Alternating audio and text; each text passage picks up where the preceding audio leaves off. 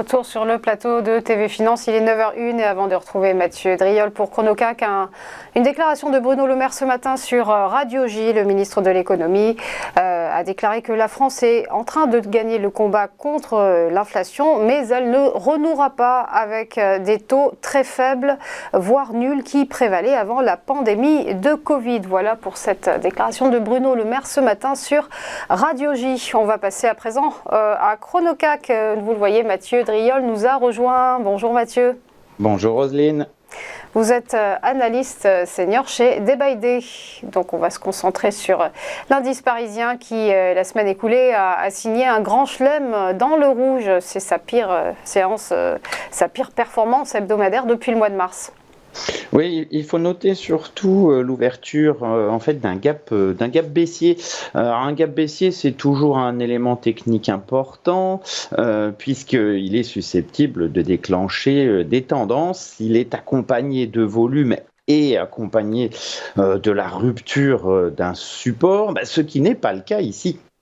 On n'a eu ni volume particulièrement notable, ni accélération baissière franche, ni clôture faible, ni rupture de soutien. On a juste en fait une stabilisation de l'indice parisien. Alors effectivement plutôt sur une zone basse, la zone des 7100 points, grosso modo les points bas de fin mai, début juin, sans pour autant que les cours ne dévissent.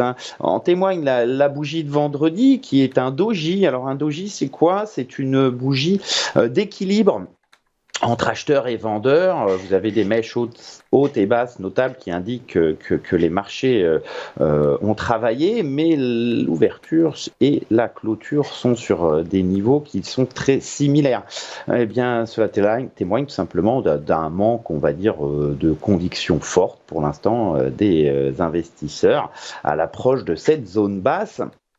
Cela peut permettre effectivement de revenir chercher ce gap baissier, de revenir le combler en début de semaine avant effectivement éventuellement de reprendre une tendance. Donc pour l'instant on est vraiment dans une zone d'hésitation.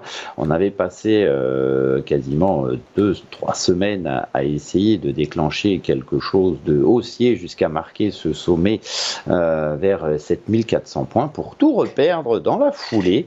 Ça nous dit tout simplement que pour l'instant, on manque de suivi dans les idées. Les investisseurs sont vraiment hésitants et partagés entre le discours des banques centrales, les hausses des taux, les incertitudes géopolitiques. C'est pas évident de démêler tout cela. Voilà pour ce CAC qui hésite, tout comme les investisseurs. Merci beaucoup Mathieu Driol pour votre décryptage. À suivre une nouvelle pause et on va se retrouver pour les Market Movers. À tout de suite.